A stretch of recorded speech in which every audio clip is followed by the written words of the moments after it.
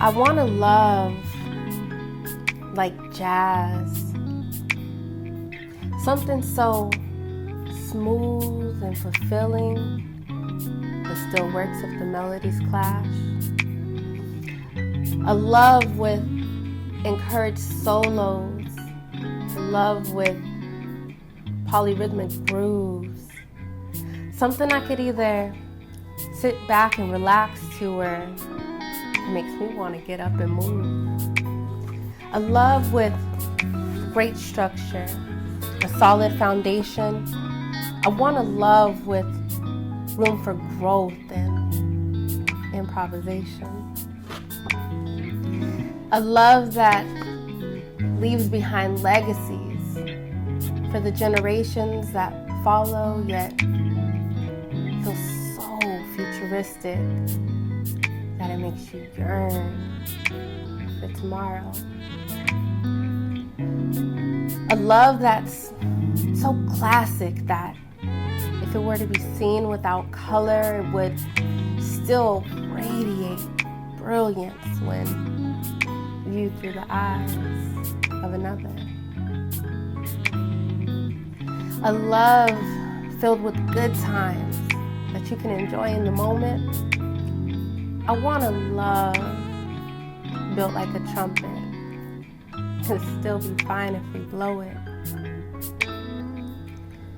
A love filled with moments that you can't wait to be memories. A love filled with transitions that always bring you back to me.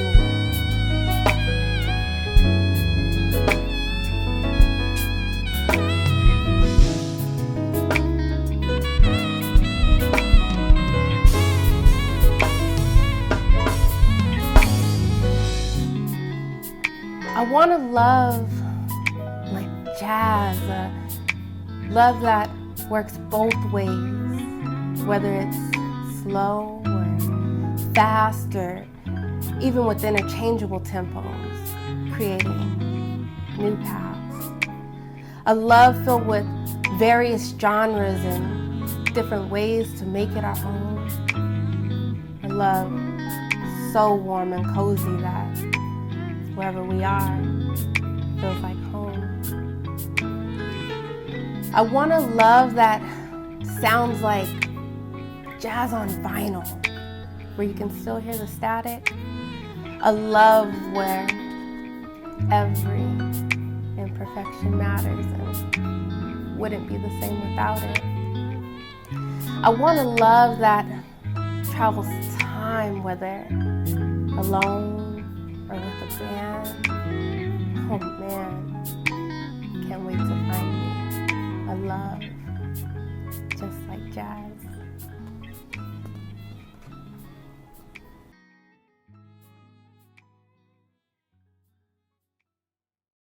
Love Like Jazz is one of my favorite poems. This is probably the first poem I wrote once I decided to write Love and Sanity. And it came together just so beautifully. I was working at a little jazz club downtown, and that's really what inspired it. And I was really exploring the depths of love at the time. And with this one, I actually came up with the title first and wrote the poem based off of the essence of Love Like Jazz. I was actually at work at the time, and I sat down and, I disengaged from the rest of my coworkers, and was like, it hit me. And I wrote it down. Probably took me like 20 minutes.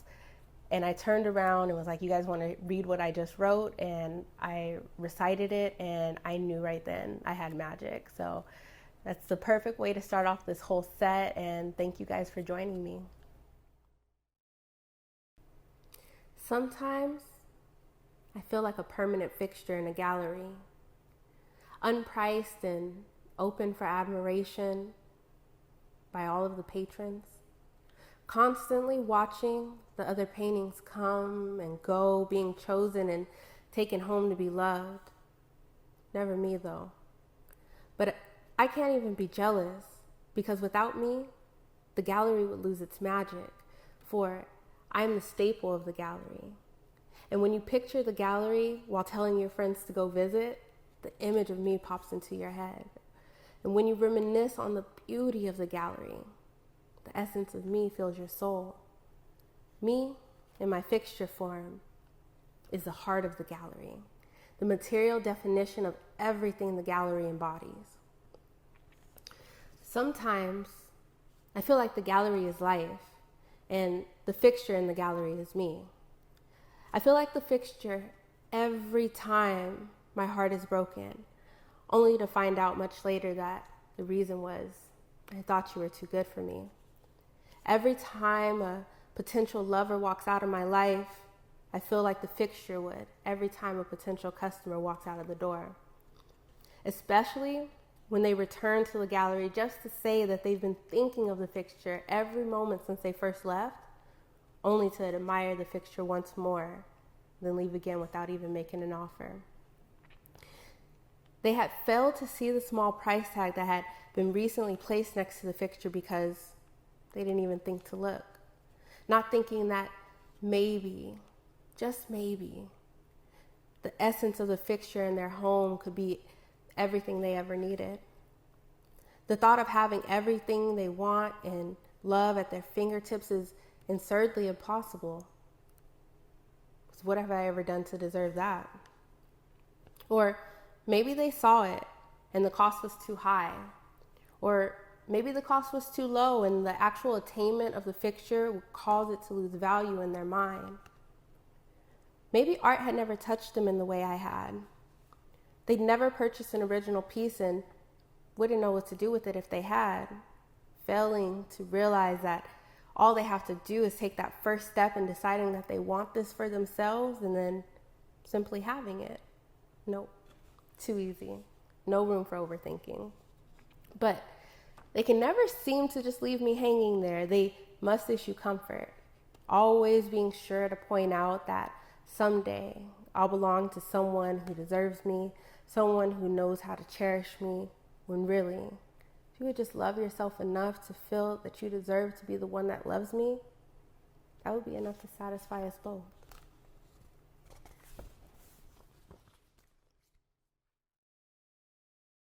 Gallery was what really set this whole project into motion. It was the first poem I'd written in at least 15 years. And the first poem I performed live and really showed me that my voice deserved to be heard. And, the people in the audience really confirmed that and really embodies what this whole project was about as far as seeing art and feeling art and not really knowing what to do with it, but still being able to enjoy it and love it in any capacity. Trust me when I say it's you. Let's take it slow. Patience, you say, is a virtue. What's ultimately yours will come to you. I say, yeah, I know. That's why you're here. You chuckle as you tuck my curly hair so delicately behind my ear. I lean in, seeking your comforting embrace, my hands yearning to gently caress your face. Our lips meet, my eyes close, the sensory deprivation alone damn near sends me into overload. And when I pull back just a bit, you can feel that static energy between our lips, the gentlest shock, a taste of bliss. You grip my hips, made my clit twitch and yoni drip. Our love makes a switch from passive to aggressive. Our sexual receptors telepathically connected. I want you, I said, and I very well meant it. Just ask for my love and I bet you'll get it. Just go on ahead and slide it inside and release. Curl your feet as you press harder and harder. for your love. I'm a martyr, I'll take it all until the next day. Like there's no tomorrow. My heart, I followed and it led me to your lap. My knees and my back, the path to climax is steep.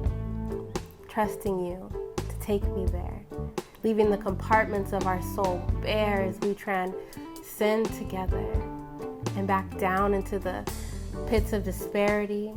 The reel of our love is on repeat and there's no escaping these thoughts that could be felt within the depths of me, because we've created these spiritual ties that aren't easily broken. Tell no lies and just keep stroking and we'll be fine. Stimulate my mind and I'll show appreciation to the entire delegation, balls and all filling me wall to wall. Exploring my depths, making executive calls. We're unique in our flaws. I'm prepared for the fall. A safety net for our love to catch the naked truths, using them as building blocks in order to start anew. Words left unsaid and feelings in lieu. But would you trust me if I said that I had already knew?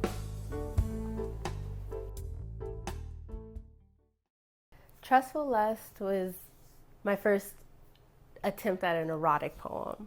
I knew I wanted to make it nasty, but I also wanted to keep it classy, and a part of it I started writing months before I actually finished it. This was probably one of the last poems I finished just because I knew it had to come together perfectly, and just the theme behind it is really just that sense of security and love and just safety you get when you're in that type of relationship that you can fall into and really indulge into, whether it be sexually, emotionally, spiritually, however. It's just when you have that level of trust, it makes all the difference.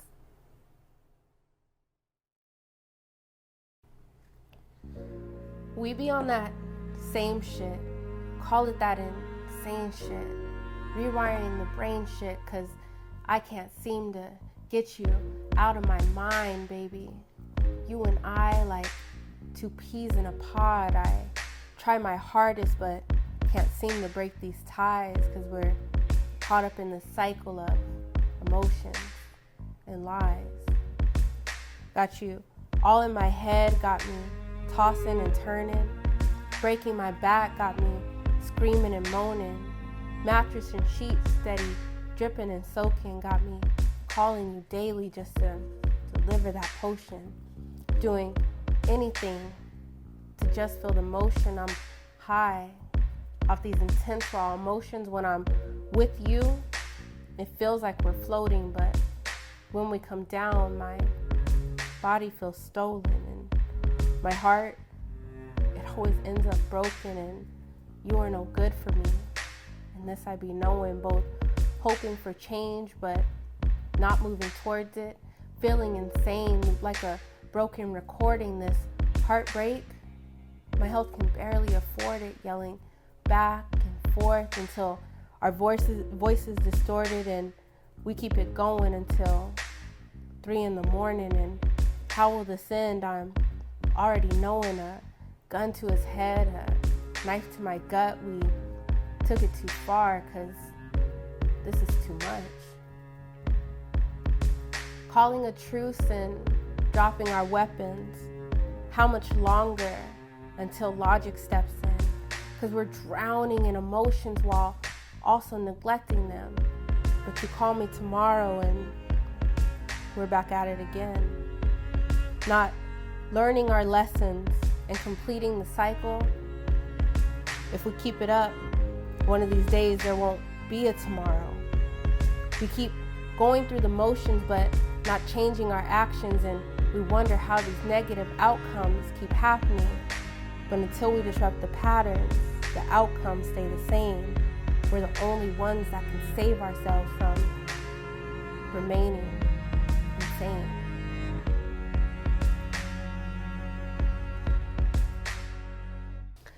So insanity is one of those poems I wish I had never written. For this, I had never experienced anything in that capacity as far as like domestically, just having that violence in the home, but especially to that extent. I really had pulled from like experiences that I stood by with my friends that were going through similar things, and different stories I'd heard. But after I wrote this one, that's when I actually got to experience it. And I hate that I was so spot on how that whole process works when you're stuck into something that's toxic and unhealthy. You have to be able to recognize those cycles and break it and get out of it, because if you can't, nothing changes, and it just progresses into this more negative and more negative and more violent until what's left. Today, I was someone's angel. I was exactly where I needed to be. Just when they'd given up hope, you seen into me. And although unintentional, I'm honored to be used, a vessel of this universe, and I'd do it again if I could choose. Being able to offer a perspective that makes theirs make sense, a chance to experience reality through a state of shared consciousness. When you ask, the universe delivers, and although sometimes in mysterious ways, sometimes we're given in abundance, sometimes just enough to get us through the day. It could be just a word, a smile, a conversation, or cash, but through the art of giving and receiving, everything you need, you will have. He had a troubled soul paired with a very brilliant mind, an empath and a healer with ideals similar to mine. On a whim, our paths just so happened to cross, both children of God, realizing we aren't lost. Hours passed and conversation progressed. Our open-mindedness and understanding was surely put to the test. He shares with me his perspectives, and with him, I share mine, surprised to find so many similarities while leading such separate lives. We were both too smart for our own good, but in the differences we found, the missing pieces of the bigger picture of which we are both bound. Both parts of him, both negative and positive, conspiring with both parts of me, creating this uplifting cycle of synergy. Dismissing our egos as if they had a waver, a very familiar energy in the form of a stranger. How many times had we crossed paths before, and will we ever again have the chance to meet? I wonder how often he'll think of this moment while he's out there roaming the streets. It's encounters like this that make me think it's all mapped, like having this out-of-body experience while still in my body. I've never felt so damn trapped, because in that moment, nothing else mattered, especially not time. Today, I was able to be someone's angel, and today, someone was mine.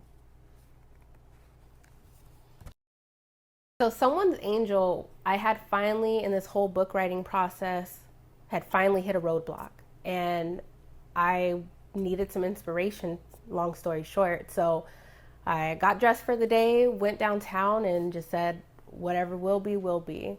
And it was so strange how it happened, actually. I ended up crossing paths, or this man that was experiencing homelessness, we ended up on the same path, literally. And we just started talking, and thing led to another, and we ended up deep in this conversation, and I wanted to gift him something for sharing his perspective with me. So there was this marketplace downtown. I went and grabbed us both some food and another little gift based off of a conversation that we had, a part of the conversation we had. And when I brought it back to him, it triggered this whole other just experience of being seen and being understood, and having this platform to really just exchange ideas, no matter, regardless of who we are or what we're doing. And it really just opened my perspective on the human experience in general. So this poem, it was solely inspired by that experience with that gentleman. I believe his name is Carlos. And after I wrote it, I actually ran into him again and got to share the poem with him. And he just hugged me so tight, and he told me I'd never felt seen. I've never felt seen in this way. So thank you. And, he really helped me out too, because the poem wouldn't exist if it had not been for him. As a kid, he spoke with a stutter and was the talk of the town. D-D-Donnie, they'd say, and he would chase their ass down. As he grew older, he became set in his practices, never indulging in drugs or booze or rolling in mattresses. When I met him, I was a child, and he was just the man in the suit. Every day, like clockwork, he could be found walking that same route. Westside City was mostly where he'd roam. Every morning, he'd walk to his destination, and every night, he'd walk back home. He walked everywhere he went, whether rain or shine, and I remember passing him in our car thinking he was out of his mind, because he would walk from downtown to Glendale or Tempe, and if you were to offer him a ride, he'd be like, nah, I got these feet. Watching him taught me that whether it's step by step or mile by mile, that eventually you'll get there. But sometimes it may take a while. That if what you want seems far, it's only in distance, and if you don't give up, you'll get there through will and persistence. I feel he didn't get enough credit nor the acknowledgement he deserved, an inspiration of my life, and barely spoke a single word. He was unintentionally inspirational and now engraved in my memory. It's a shame to think that he'll never get to know what he did for me, for he has saved my life 1,000,000 times over. I hate to think of how he was alone the night he was run over. Just like that, in the blink of an eye, a hit-and-run driver ran the light and ended his life. I remember how it felt the night his body turned cold. It almost seemed as if the whole city had froze. But on those real hard nights, his spirit is well and alive. Just keep walking, D-D-Donnie. The memory of you fuels my drive. So D-D-Donnie is another poem that's inspired by a real person. When I started this project, I knew I wanted to write a poem about my perspective of this person that I used to see when I was younger, and he would literally just walk everywhere. My whole life, I just remember seeing him in different parts of the city, and he was always wearing this suit. He was actually someone that my mom grew up with, and well, all of my family kind of grew up with, and he had a speech impediment. And when you'd ask him his name, he'd D-D-Donnie. And the mean kids would make fun of him, and he'd get fed up and chase them around. And it's crazy to think about how someone that you never even knew can have such an influence on your life, because I remember my entire life that I've been having this notion that it doesn't matter where I'm going or how long it takes me to get there. It just matters that I keep going. And that's kind of been a theme in my life. And so I really wanted to capture this with this poem, but I was having a hard time figuring it out. And it was actually my brother Tamarcus that we were talking and having a conversation. I was trying to work through the poem with him, and he said, just keep walking, D-D-Donnie. And I was like, I got it. I got it. And the whole poem just came together. And of course, like I said, I didn't really know him, so it's really just this idea of a person. But it's been so inspirational and just really helped me carry on through life. So I wanted to honor his existence in that way.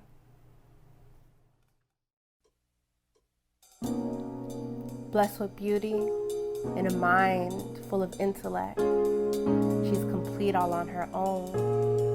The subject and the predicate. She will fill your heart with warmth when you're out in the cold, and the way she slays her struggle will ignite your soul. A goddess and a queen in every sense of the word, yet humility and humbleness in everything that she does. Underappreciated by everyone but herself, her spirit is like a foreign currency, supplying the most freeing form of wealth. She can see her vision clearly, her every move holds meaning, every word invokes feeling, her halo just beaming. Her entire life is manifested, and in every thought, she's well invested, resilient and strong, so of course she's been tested. Inspired by the greater good, fulfilling dreams because she thought she could. The way her mind works, it creates unlimited possibilities, forming new ways by combining what is with what could be. No regard for what's considered normal. Instead, she focuses on what's possible because they can't figure out what she's doing. How can she be stoppable? But she leaves her failures out on display for others to learn from. She moves to her own beat, her own special blend of drums, and if you pay attention, then the more you can learn, because she's leading by example how to live life in free form.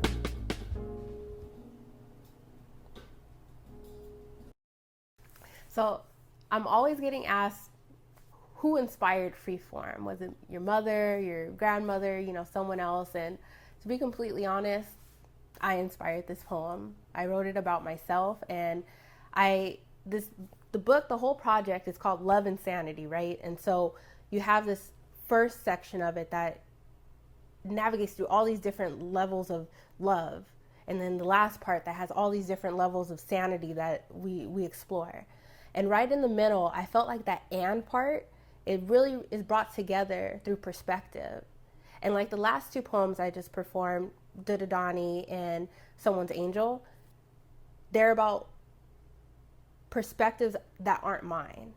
So I wanted to create something that really gave me affirmation into who I am and how I see myself, because it's not always rainbows and butterflies, and sometimes it can be dark, and being able to find yourself and regroup, the freeform does that for me. And I hope you guys can be inspired by it too, and find aspects of this poem in your day-to-day life and the people you come across, and then you think of me.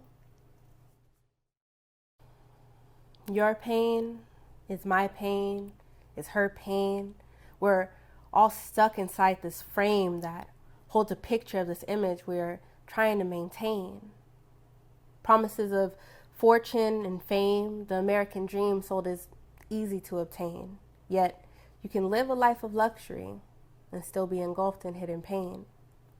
Fake love and happiness served as side dishes, but money and greed in your face.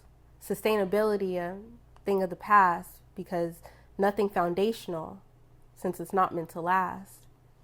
This technological era doesn't account for abstraction, dismissing surface emotions as if they just mishappened.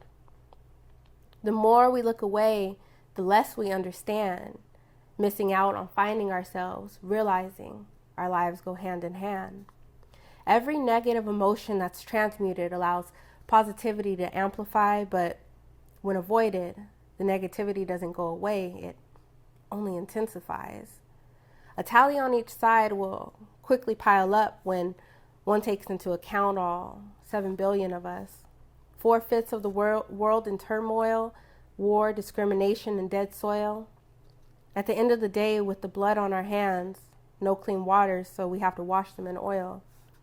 My heart aches with the earth, watching living beings diminish their celestial worth.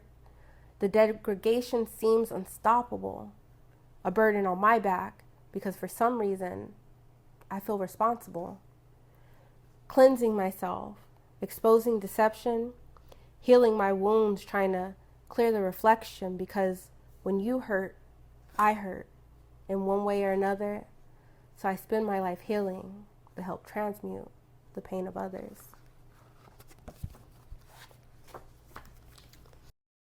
So the pain of others is really a reflection of how I see myself in the world and how out of control I feel of how everything comes together and works. And it just really, one day I asked myself, like, why am I putting all this pressure on myself? And I didn't really have a good reason. And maybe it's a level of privilege, a level of guidance that just, it makes me feel guilty when I see other people that are having a much lesser experience, because of course we don't want to, I'm better than you, you're lesser than me, or anything like that. But then when you see these very different, these very contrasting experiences that we're all having on the same planet, it makes you wonder, like, am I just ignoring that, or am I just, looking past it to create this experience for myself where I don't have to think about things like that? And the pain of others really is me just sitting down and looking it in the face and addressing these issues that I see, but not necessarily experience, but I put myself in it so I can understand. I'm coming straight for your crystal palace. You really need to change your tone. Remove the malice. Check yourself. Find your center. Get you some balance. You messing with the queen. Call me your highness. You say you do not know, but I am not buying it. It's internal, not external. So how could you rely on this fabrication of reality? Really, it's a tragedy. Don't try to silence me, because that would be the death of me. There is so much wealth in me dismantling the hierarchy, because you are not on top of me. We exist as vibes, you see? Or really as you feel. How could this be real? This entire ordeal is a sham. It's a scam, but don't try to blame the man. Shifting accountability, relying on dependency. You will always be the victim, see? Creating something from nothing is definitely the epitome of the successful human history of diminishing misery. So it really isn't clear to me why all these souls seem to be in such misalignment, lost, and they can't find it. But the whole time it's inside you, knowing what I've been knew. But don't worry, me too. Journeys intertwined, and we're all in this together. So don't forget I love you. And that's gonna be whether or not you love you back. Peace, love, create, accept, stay black. Crystal Palace is one of my more confrontational poems. I really want to know, like, when someone's having this negative experience, how did they contribute to it? Or what are they doing to contribute to get out of it? And a lot of the times, I've done it myself too, I end up in these situations where my idea of myself and my reality aren't matching up. And Crystal Palace is just that, like, come on, you got it, get it together. It kind of gives me that, I don't want to say slap in the face, but just kind of like a wake-up call, to really just, like, hey, everything can be fine if you let it, or if you want it to be, or if you take the steps to actually make everything how you want it.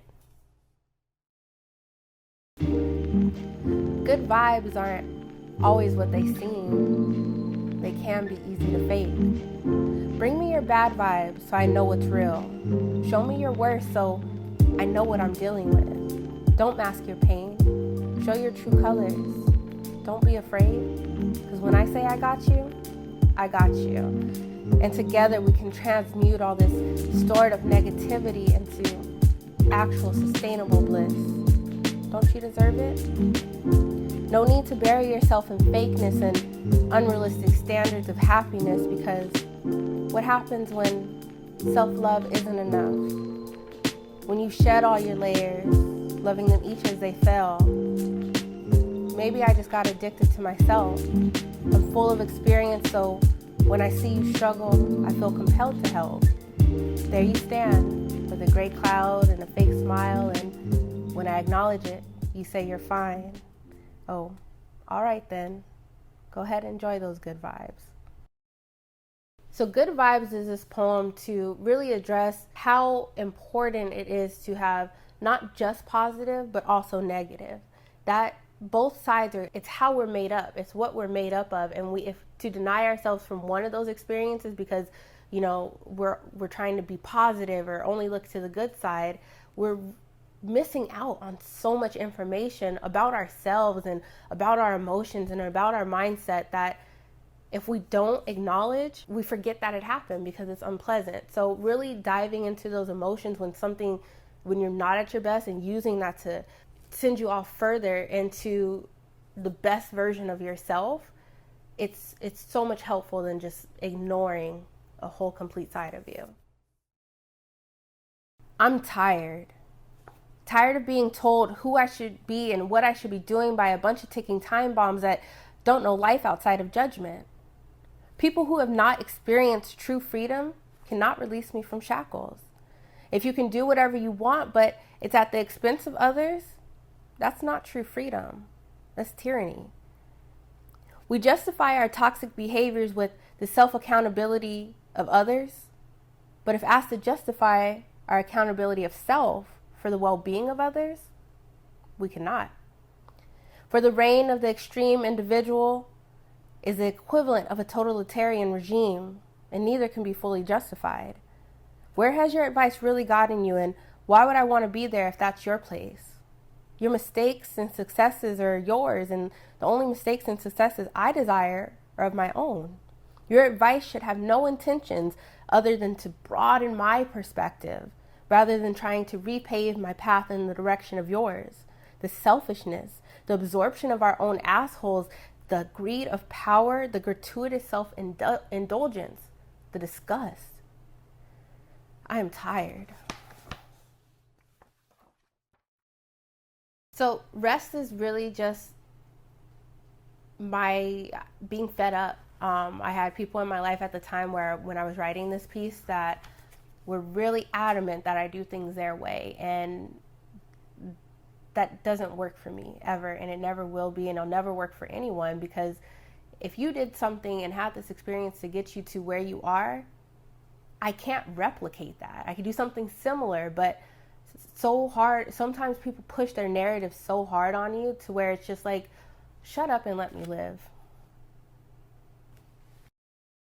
Some people don't know how to be a part of anything bigger than themselves. That's why when you reach out, they can't even help. And if they could, they wouldn't, because they exist in this mentality of every man for themselves.